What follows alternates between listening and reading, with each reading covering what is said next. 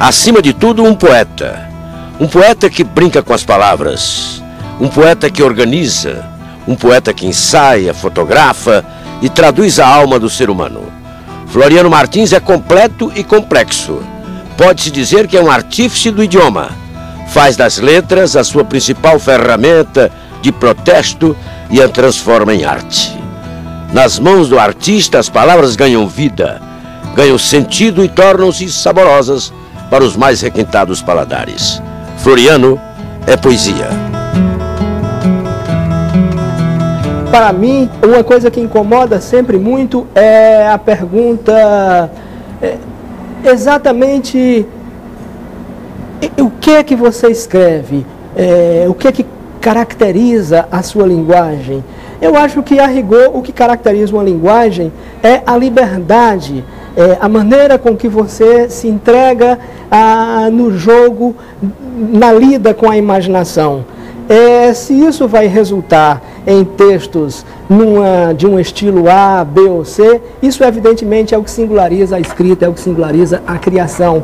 Mas de maneira alguma se pode observar isso por uma lente demasiado, excessivamente racional, que o prenda, digamos, a uma tendência, a uma escola, de tal forma que ele se sinta preso e não saia, não tenha como sair dali.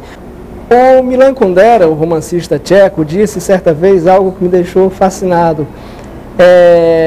de que os kafiólogos, ou seja, os exegetas, os estudiosos do Kafka, por pouco não matam por completo a genialidade da literatura do Kafka. Isso é o que acontece sempre quando escritores se deixam a sua área de criação, o seu território de imaginação, ser demasiado dominado por uma explicação. Nesse sentido, a primeira terça parte do século XX, ao esgotar por completo as escolas literárias, com o surgimento do período das vanguardas, sobretudo com o surrealismo, ele deixa bastante visível, bastante claro o quanto que o artista está, pela primeira vez, entregue à imaginação.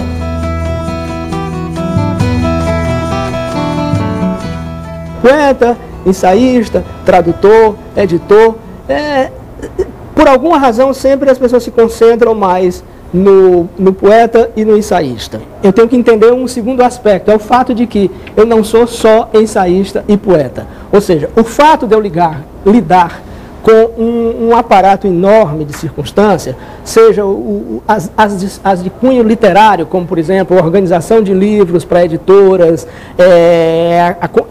promoções, a área de promoção literária, no sentido de ser coordenador de livros de 3 coleções, de 3 editoras, ou de ser tradutor de livros, ou de ser, por exemplo, curador de feiras de livro.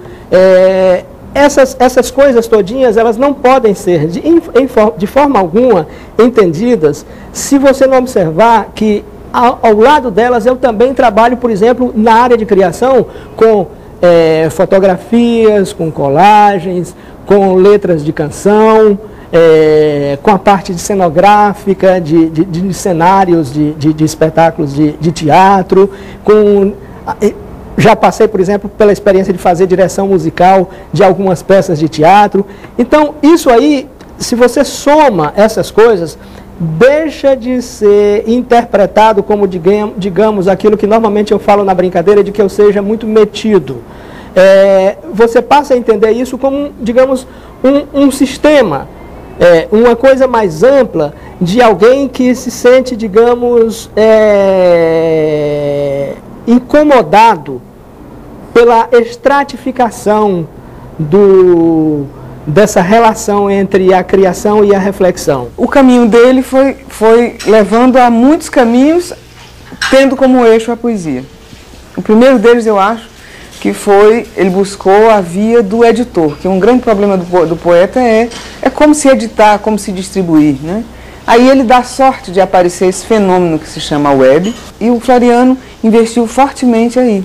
Ele tem hoje pelo menos umas 4 linhas de editoração de revistas eletrônicas. Ele se tornou um poeta e um editor, e por força das circunstâncias, um ensaísta, que ele também tem muitos livros, por exemplo, um trabalho admirável do Floriano, quando ele pega um tema como, por exemplo, o surrealismo, né, na poesia, ele tem um trabalho, um calhamaço em espanhol.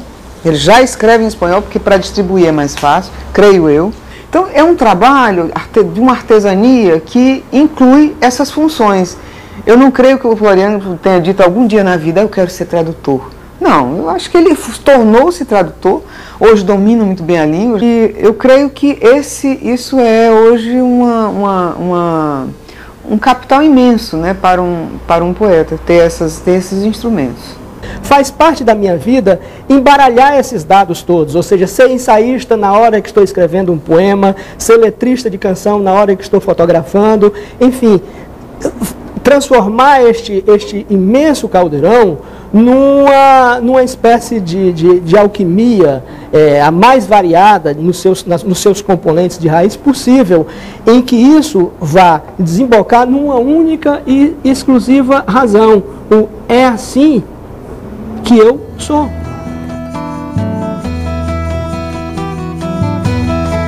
A vida do viajante, ela curiosamente começa com este livro.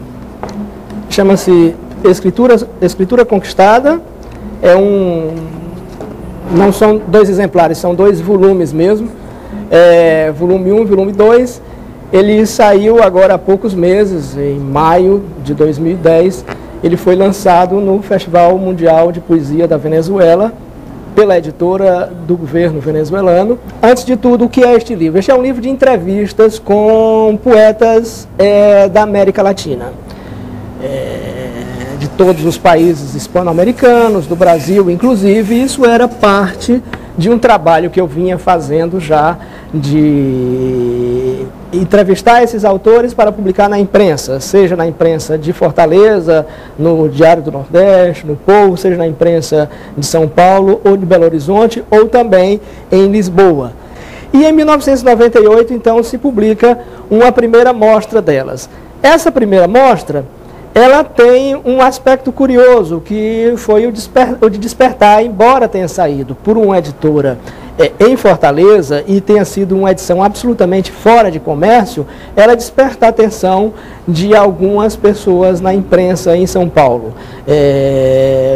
Particularmente a atenção de um jornalista a quem eu sou extremamente agradecido, que é o José Castelo, que me faz uma longa entrevista acerca deste livro. Isto passa a gerar a remessa, o envio, isso antes de existir internet. Então, o processo de difusão dessas coisas era muito lento. E era um verdadeiro milagre você fazer com que um recorte de uma entrevista no estado de São Paulo chegasse em países como o Peru, o México, a Venezuela. Eu conseguia fazer com que chegasse, e o resultado foi muito interessante. Um escritor no Brasil interessado em literatura hispano-americana era um fato absolutamente inédito, inusitado.